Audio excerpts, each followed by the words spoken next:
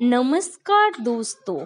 आज के वीडियो में हम आपके लिए महाशिवरात्रि पर्व की व्रत कथा लेकर आए हैं, तो आप ध्यान पूर्वक सुनिए। एक समय की बात है, किसी गांव में एक सास बहू रहती थी। सास अपनी बहू को बहुत दुख देती थी।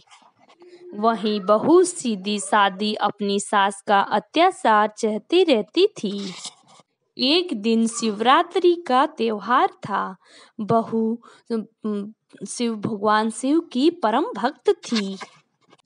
उसने शिवरात्रि का व्रत रखा हुआ था।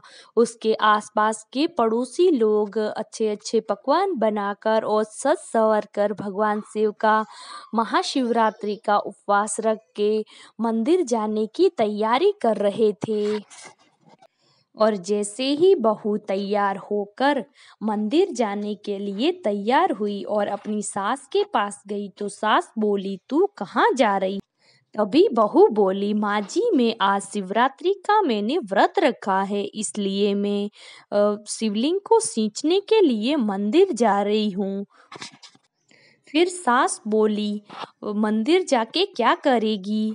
तू खेत में जाकर खेत का रखवाली कर, वहां पर कौवे और चिड़िया सारे दाने खा जाएंगे। और मंदिर जाके क्या करेगी? क्या मिलेगा मंदिर में? कोई तुझे खाना देगा क्या? अब बेचारी बहू क्या करती? वो खेत पर चली गई और रास्ते में सभी लोगों को मंदिर जाते देखकर वो खूब रोई। वहीं भगवान भोलेनाथ और माता पार्वती ये सब देख रहे थे। माता पार्वती से उसका रोना देखा नहीं गया और वो भगवान शिव से बोली, हे नाथ, देखिए ये अबला आपकी पूजा करने के लिए कितना रो रही है। अब भगवान शिव और माता पार्वती एक सेठ और सेठानी का रूप लेकर उस बहू के पास गए और बोले, क्या हुआ बेटी, तुम क्यों रो रही हो? तुम्हें क्या कष्ट है? तब बहू बोली, मैं अपनी किस्मत पर रो रही हूँ। आज भगवान शिव का सबसे बड़ा त्योहार है और सबसे बड़ा शिवरात्रि का व्रत है और गांव की सभी औरतें शिवलिंग को सींचने के लिए भगवान शिव के मंदिर जा रही है और मैं यहाँ पर पड़ी हुई ये खेत का ध्यान रख रही हूँ।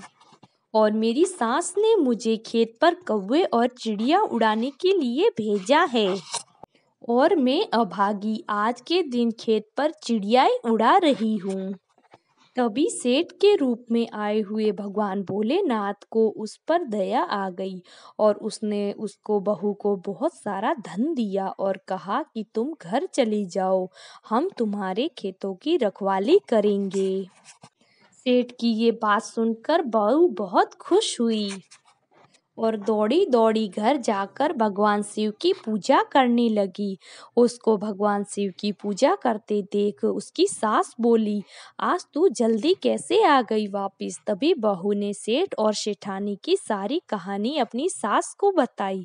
फिर सास लालच में आकर भागती हुई खेत में गई और उसने वहां देखा तो उसके खेत सारी फसलों पर हीरे लहरा रहे थे।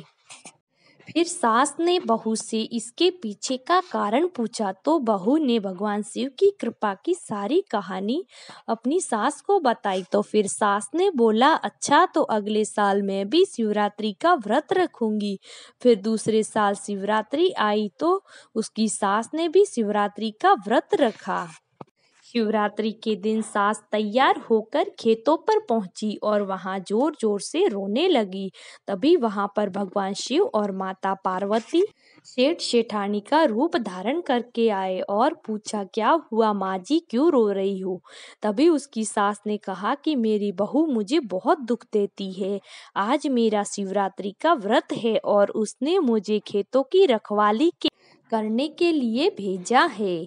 तभी उस सेठ ने कहा कि तुम घर जाओ, मैं तुम्हारे खेतों का ख्याल रख लूंगा, तुम जाके पूजा करो। तभी उस माँ जी ने कहा कि आपने तो मुझे कुछ दिया भी नहीं, फिर मैं घर कैसे जाऊं? तब सेठ ने कहा कि तुम घर जाओ, तुम्हें वहां सब कुछ मिल जाएगा, हम तुम्हारे खेतों की यहाँ रखवाली कर लेंगे। तभी वो भागती हुई घर गई। जैसे ही वो बुढ़िया माई घर पहुंची तो उसके सारे शरीर पर छाले हो गए। ये देखकर वो अपनी बहू को गालियां देने लगी। तभी वहां पर भगवान शिव और माता पार्वती प्रकट हो गए और उन्होंने कहा कि बुढ़िया माई, तूने लालच में आकर हमारा व्रत किया था और तेरी बहू ने अपने मन और श्रद्धा से हमारा व्रत किया था। अब सास और बहू भगवान शिव के आगे हाथ जोड़कर खड़ी हो गई और कहने लगी। बहू ने कहा, भगवान मेरी सास को इस पाप से मुक्त कर दीजिए। तब भगवान शिव की कृपा से उसकी सास के शरीर का सारे छाले ठीक हो गए और वो पहले जैसा उसका शरीर हो गया।